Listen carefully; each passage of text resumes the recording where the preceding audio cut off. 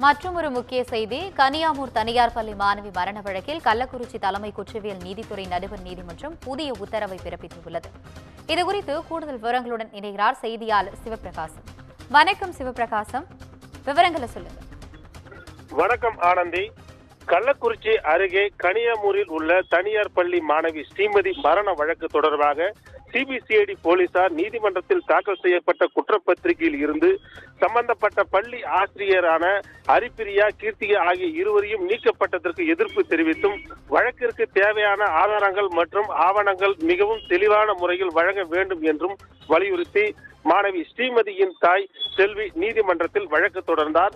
இந்த வழக்கானது கள்ளக்குறிச்சி தலைமை குற்றவியல் நீதித்துறை நடுவர் நீதிமன்றத்தில் நடந்து வருகிறது. இந்த வழக்கு விசாரணை தொடர்ந்து நடைபெற்று வரக்கூடிய நிலையில் கடந்த மாதம் 25ஆம் தேதி நடைபெற்ற விசாரணையின் போது வழக்கு தொடர்பான எஃப்ஐஆர் மற்றும் ஜெனரல் டைரி ஆகியவற்றை மனுதாரருக்கு வழங்க வேண்டும். எனவே சிபிசிஐடி போலீசார் அதனை நீதிமன்றத்தில் சமர்ப்பிக்க வேண்டும் என உத்தரவு பிறப்பித்திருந்தார். அதனைத் தொடர்ந்து இன்று நடைபெற்ற இந்த வழக்கு விசாரணையின் போது எஃப்ஐஆர் மற்றும் ஜெனரல் டைரி ஆகியவற்றை சிபிசிஐடி போலீசார் நீதிமன்றத்தில் சமர்ப்பித்தனர்.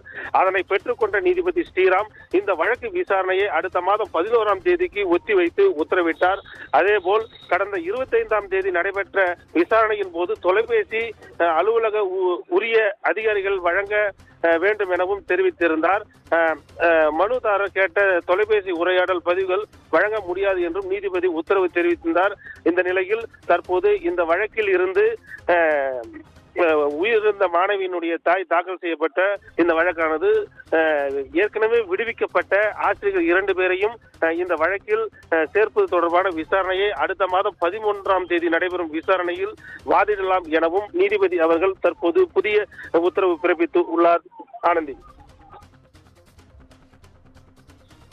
விவரங்களுக்கு நன்றி சிவபிரகாசம்.